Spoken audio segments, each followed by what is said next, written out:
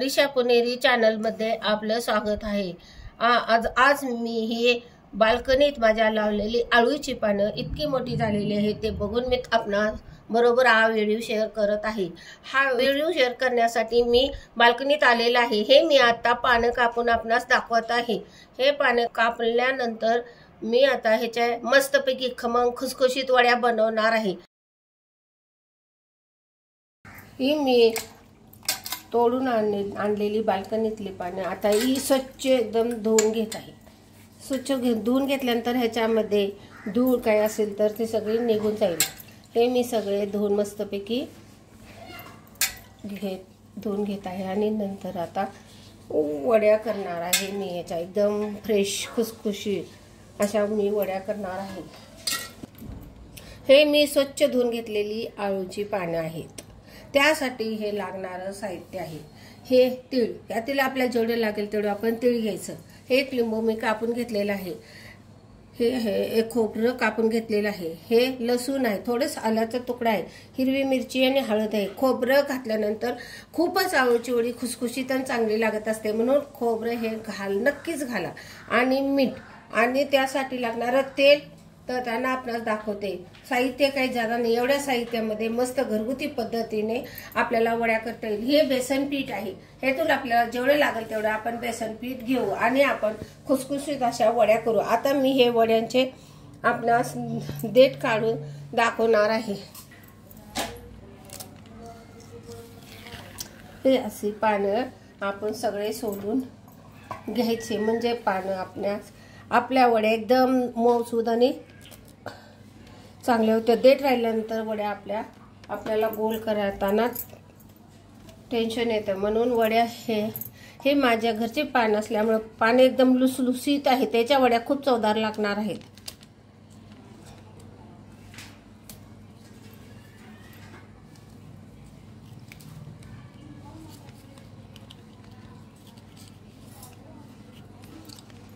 आपल्याला जेवढं काढता येईल तेवढं आपण काढायचं।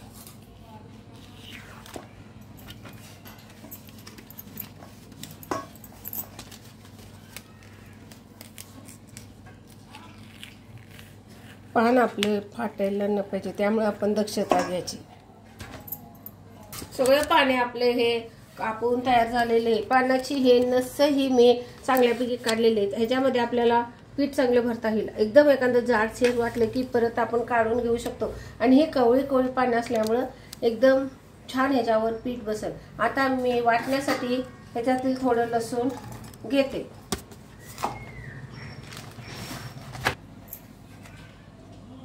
हे लसूण, हे खोबरं, हे 2 तुकडे आल्याचे घातलेले आहेत। ही मिरची आपल्याला जेवढी पाहिजे तेवढी आपण मिरची घालू शकता। ज्यादा तिखट नको असलं तर कमी करू शकता मिरची। परत तीळ ह्याच्यामध्ये नाही घालायचं, तीळ वाटण्यामध्ये घालायचं, लिंबू ही वाटण्यामध्ये घालायचं। ही एवढा मसाला मी आता वाटून घेते आणि दाखवते। मी वाटून घेतलेला मसाला ह्यामध्ये सगळ्या वस्तू मी घातलेली आहेत। खोबरं, लसूण, आल्याचा एक तुकडा, मिरची, एकदम मस्तपैकी हे तिखट मी करून घेतलेलं आहे। आता मी ह्याच्यामध्ये मी आपल्याला पाहिजे तेवढं पीठ घेते। ज्यादा माझी पानं नाही, त्यामुळे मी लागेल तसं पीठ घेते। एवढेच पीठ बस, लागलं नंतर अजून घेईन। ह्यामध्ये थोडं मी तीळ घालते, मीठ घालते,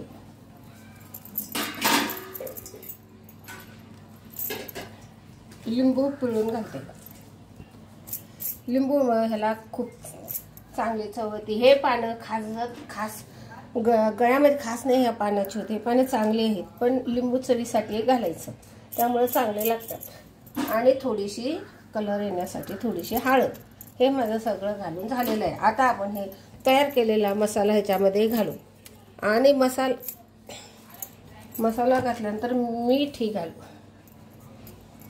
आपल्याला जेवढे पाहिजे तेवढं मीठ पण घालू।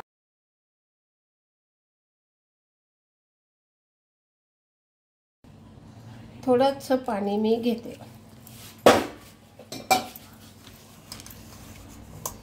हे आपल्याला हातानेच करावं लागणार आहे। आपण हे चमच्याने असं करू नाही शकत, कारण हे सगळ्या पिठाला आपल्या सगळ्या वस्तू लागायला पाहिजेत। मग हे चांगलं मस्तपैकी मळून घेता येतं आपल्याला। थोडं थोडं करून आपण त्याच्यामध्ये पाणी घालायचं। मी पीठ एकदम थोडं घेतलेलं आहे, जादा घेतलेलं नाही। पीठ राहिलं तर मग ह्याचं पीठ जर जादा झालं तर आपण खाऊच्या पानं आणून त्याच्यामध्ये पण आपण हे वड्या त्याच्या करू शकतो। ते पाणी खूप आयुर्वेदिक असतात आणि आळू हा पण आयुर्वेदिक आहे। त्यामुळे आळूची पानं आपण निदान महिन्यातून एक वेळ तरी वड्या करून किंवा भाजी करून खावं। हे आपल्याला जेवढे आपल्याला मळायला चांगलं वाटेल तेवढं आपण मळून घ्यायचं। एकजीव करून घेतल्यानंतर आपल्याला पीठ चांगलं लावता येतं।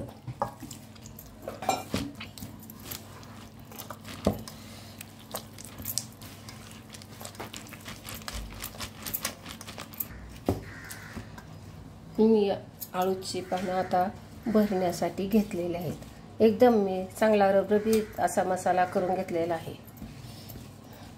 त्याच्यामध्ये ओबडधोबडच मी मिक्सरवर वाटून घेतलेलं आहे, जादा बारीक केलेलं नाही मसाला। त्यामुळे जेवढं आपल्याला लावता येईल तेवढं आपण पातळ करून लावायचं, म्हणजे खाण्यास चांगलं लागत असते। ह्याच्यावर अजून एक मी पान घालते, म्हणजे थोडे थर चांगले जाड होते। हे चिकट पीठ असल्यामुळं आपल्याला ते मळायला खूप टेन्शन येत असतं आणि हात सगळे चिकट चिकट होत असतात। हे मी एकदम छानपैकी भरून घेतलेलं आहे। हे खायला खूप छान लागेल। तुम्ही एक वेळ नक्की माझ्या पद्धतीने करून पहा, म्हणजे तुम्हास एकदम सोपी पद्धत आहे असे वाटेल आणि तुम्हास करायला एकदम चांगलं वाटेल। आता आपण 2च पानं हे असे करून घेऊया। मी जादा रडबड पानांना करत नाही।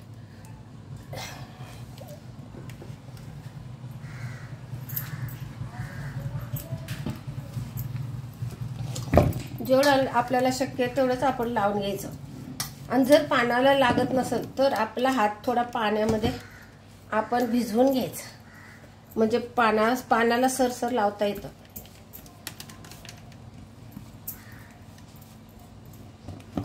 हे पानं एकदम ताजी आहेत।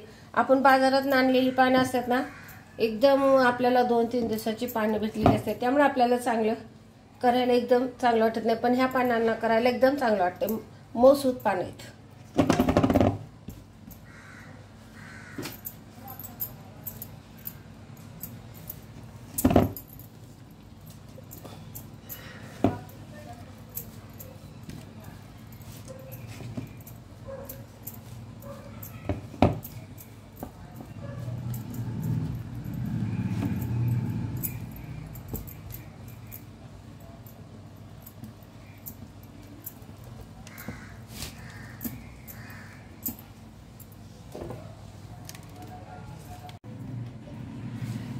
ह्या आपल्या आळूच्या वड्या तयार झालेल्या आहेत।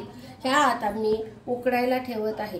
उकडायला ठेवण्यासाठी कढईमध्ये पाणी घालत आहे आणि पाण्याला उकळी आणत आहे।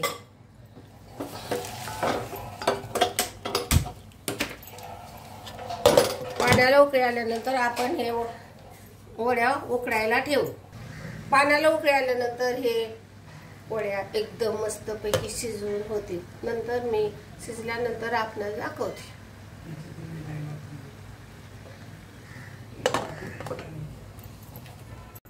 हे माझ्या वड्या शिजून तयार झालेल्या आहेत। मस्तपैकी झालेले आहेत, ते बघ एकदम छानपैकी झालेले आहेत। बिलकुल पीठ चिटकत नाही, एकदम छान झालेले आहे। आता मी हे खाली काढून घेत आहे आणि कापून दाखवत आहे। ही मी वड्या आपणास आता कापून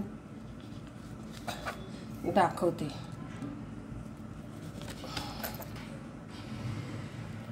मस्त झालेले आहेत बघा, किती छान कापायले तर एकदम ताजा पान असल्यामुळे वड्या एकदम परफेक्ट आणि छान झालेले आहेत।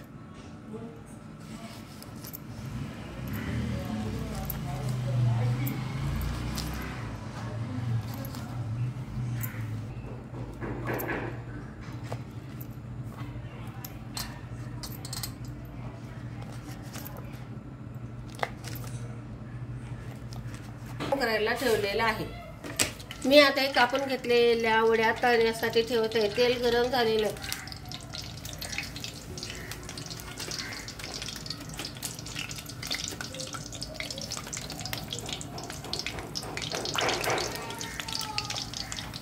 मी आता काही तळणार नाही। नाश्त्यासाठी जेवढे लागतील तेवढेच तळणार आहे।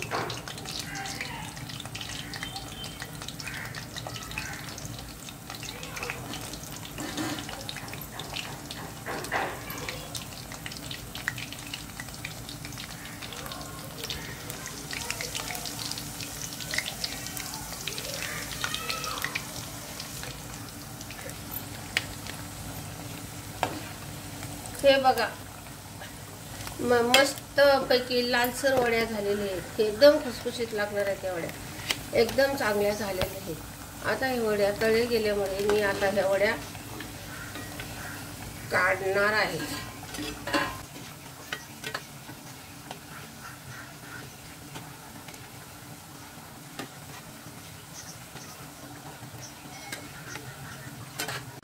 हे मी वड्या आताच तळून घेतलेल्या आहेत। एकदम खमंग खुसखुशीत अशा वड्या झालेल्या आहेत। मी आत्ताच तळल्यानंतर मी नाश्त्यापुरत्या थोड्या तळलेल्या आहेत, पूर्ण मी तळून घेतलेल्या नाहीत। हे वड्या तुम्ही नक्की करून पहा। मी जशा केल्या त्या पद्धतीने करा, एकदम खुसखुशीत होतात। आणि माझा व्हिडिओ आवडल्यास लगेच लाईक करा, शेअर करा, सबस्क्राईब करा आणि सगळ्यांना सांगा माझा व्हिडिओ चांगला आहे ते अनिशा पुणेरे चॅनलला सबस्क्राईब करा, लाईक करा, शेअर करा आणि एकदम माझ्या व्हिडिओला तुम्ही सबस्क्राईब जास्तीत जास्त करा, म्हणजे मला व्हिडिओ बनवण्यास खूपच आनंद होईल। थँक्यू।